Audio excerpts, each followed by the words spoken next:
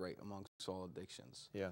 Any personal stories you have that it's literally taking someone to their end?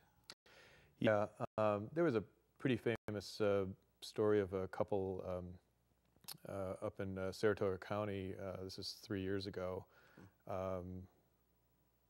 Relative of my wife's, a great guy. I mean, he's a community leader, always a responsible job, patriarch of the family, great guy. And he got caught in lottery tickets, just something as innocuous as that. Things you go to Stewart's or any 7-Eleven or whatever, and you get these little scratch-off things. And he, would give them away at the family Christmas parties, and it always seemed kind of innocuous. And little did we know this was becoming more and more problematic. He lived, I think, 4 doors away from a Stewart's, and he would go down and buy what we found out to be hundreds of these tickets a day, literally. Wow.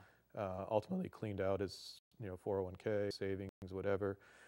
His wife went to write a check one day for, I don't know, $5 and something for some prescription, and found out they didn't have any money. Started asking questions. No one knows exactly what happened because there were 2 people in the house, but neither of them were alive at the end of the day.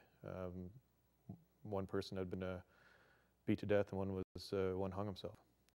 And so, when you asked earlier about what's a profile of a gambling addict, nobody would have expected it. Never seen it coming. Church Last leader, person on the community church leader, be responsible job, retired from a company with a good pension and everything. Family man. Kids, 3 kids, all so who've all gone on and done well. 3 kids now without a mom and dad. Yeah.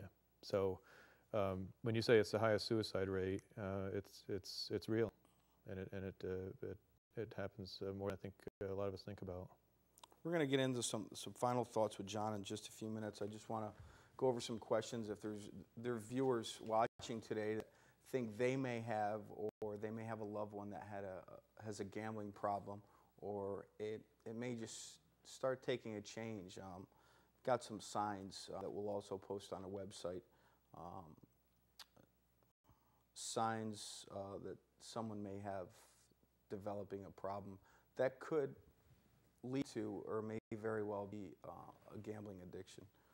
And again, with any addiction, the primary key to any addiction is denial. But has the person gambled longer than they've planned? Like you said, John, there's no clocks in casinos. You lose track of time. You come home at 2 o'clock in the morning, the door opens, and there's dad, or there's your husband. Have you gambled until your last dollar was gone? Sure sign that there may be a problem. Have thoughts of gambling caused you to lose sleep? Are you up at night thinking about how am I going to pay the bills? John mentioned, if you're betting the grocery money. Have you made repeated unsuccessful attempts to stop gambling? I'm going to stop, or maybe a period of abstinence from gambling, thinking you can go back into and getting the same results. Have you been remorseful? Do you find yourself apologizing to a lot of people after a Friday night poker game? Have you felt depressed, or does your loved one feel depressed or suicidal, like John just told us, because of the gambling losses? And sometimes, hopefully, we see some symptoms. Sometimes it's something that just happens abruptly. I got a statement from Gamblers Anonymous, which is one of the organizations and facilities and support networks out there, one of the very few that I've been able to find.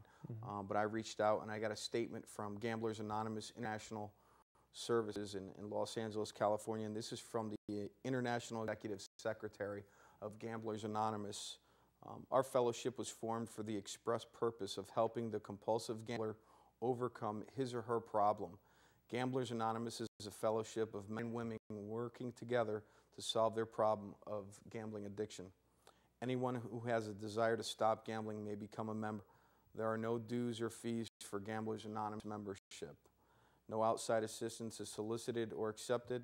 We are self-supporting through our own contributions.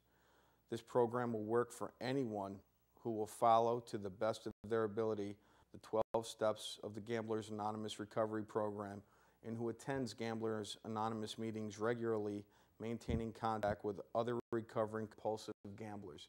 That's a statement that we received from the International Executive Secretary of Gamblers Anonymous.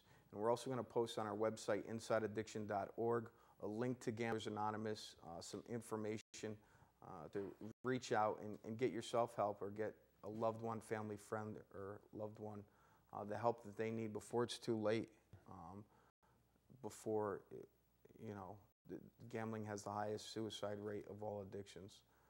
So we want to make sure that the resources are available to people. John, I'd also like to ask you, any other ideas, any other thoughts of how we can control this, how we can get this under wraps, your opinion, if it should be regulated, where people can get your book, a little bit more about your book, and any closing thoughts you have. Sure. Let me see if I can get those in order for you there. Well, I'd say in terms of the regulating, we mentioned about online. I think there's absolutely an opportunity to regulate, provide some oversight, redirect some money to the government, but more importantly, help make sure that the players that are participating are doing it in a way that's enjoyable and in a safe environment, and that people aren't getting into you know, an addictive state. I think it's harder to tell in a casino. There people go in there and wager lots of money, and it may mean nothing to them.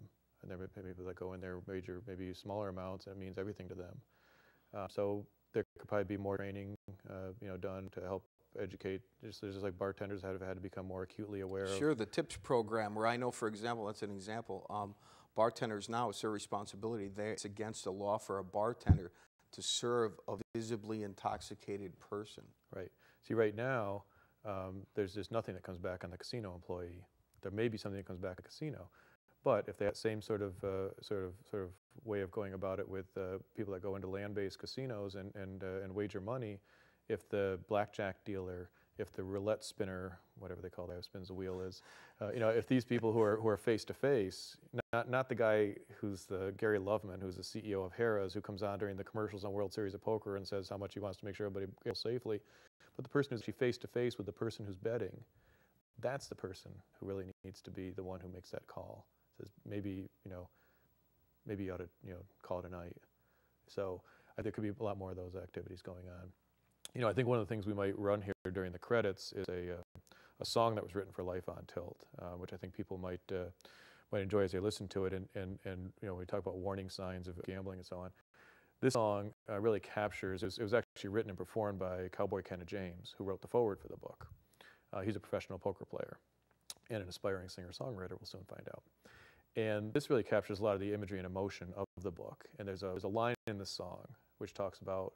It says, "And as I leave my family one more time to chase this dream that's only mine, I'm crying, Lord, I'm trying to hang on." And I think that's a lot of what comes out of the book. You know, this is a fictional character's journey from a safe suburban lifestyle, family, kids, career, you know, the white picket fence, the whole 9 yards, into, you know, this out of balance, on tilt, sort of exploring and chasing dreams that maybe only our own dream, you know, and you know, it's a feeling of isolation, which I think comes a lot with addiction as well. You start to become closed off from friends, family, professional acquaintances, etc. And so, you know, the song kind of explores that a fair amount. Life on Tilt, hopefully you can find it at your local bookstore. I saw it. I was over in Colony Center. Oh, good. And they had the local features, and I saw your book right there. Oh, was I there? Oh, Yep, good. Right okay, at the new bookstore in Colony Center. Oh, good, good. They were late at, so I'm glad they've joined the party. Lifeontilt.com is a place where I'd encourage folks to go take a peek. When you go there, you can see the video for the book. I think we're going to show the video here as well. You can download an excerpt for free to get a flavor for the style of the writing and the character. You can also, we just released the audio book. It's available on iTunes and Amazon and Napster and so on.